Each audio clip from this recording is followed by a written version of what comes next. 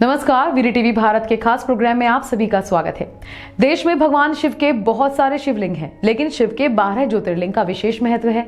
इन्हीं में से त्र्यंबकेश्वर ज्योतिर्लिंग है। ये ज्योतिर्लिंग महाराष्ट्र के नासिक प्रांत से 30 किलोमीटर दूर स्थित है। मंदिर के अंदर 3 छोटे छोटे ज्योतिर्लिंग हैं।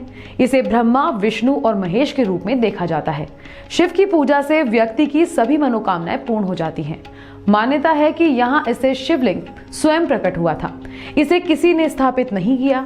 ये मंदिर गोदावरी नदी के तट पर स्थित है। प्रचलित कथा के अनुसार प्राचीन समय में ब्रह्मगिरी पर्वत पर देवी अहिल्या अपने पति ऋषि गौतम के साथ रहती थी। इसी तपोवन में कई और ऋषि पत्नियां भी रहती थी। एक बार किसी बात पर सभी देवी अहिल्या से नाराज हो गईं। सभी ने अपने पतियों को देवी अहिल्या और ऋषि गौतम का अपकार करने के लिए प्रेरित किया। अन्य सभी ऋषियों ने मिलकर भगवान गणेश की तपस्या की। तपस्या से प्रसन्न श्री गणेश ने वर मांगने को कहा। सभी ने मिलकर वर मांगा कि प्रभु आप ऋषि गौतम को यहाँ से निकाल दे। गणेश जी इस बात के लिए तैयार नहीं हो रहे थे, लेकिन सभी के आग्रह के आगे गणेश जी को झुकना पड़ा। गणेश जी ने एक दुर्बल गाय का रूप धारण कर लिया और ऋषि गौतम के खेत में चढ़ने लगे। जैसे ही ऋषि गौतम ने गाय को पतली छड़ी से मारकर भगाया, वह गिरकर मर गई। सभी ऋषियों ने गौतम ऋषि पर गौ हत्या का आरोप लगा दिया।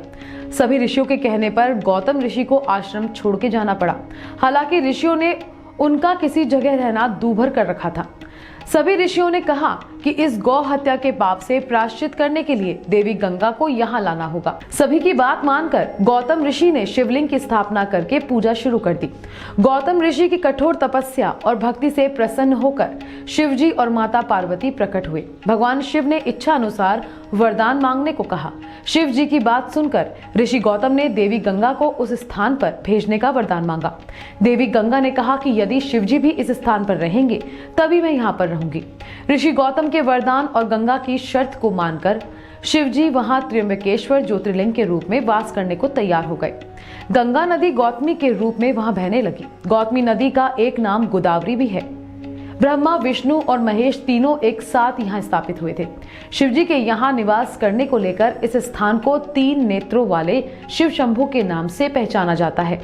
उज्जैन और ओमकारेश्वर के समान अब त्र्यंबकेश्वर महाराज को ही गांव का राजा माना जाता है। तो आज हमने जानी त्र्यंबकेश्वर ज्योतिर्लिंग की कहानी। मैं आपसे लेती हूँ इजाजत। नमस्कार।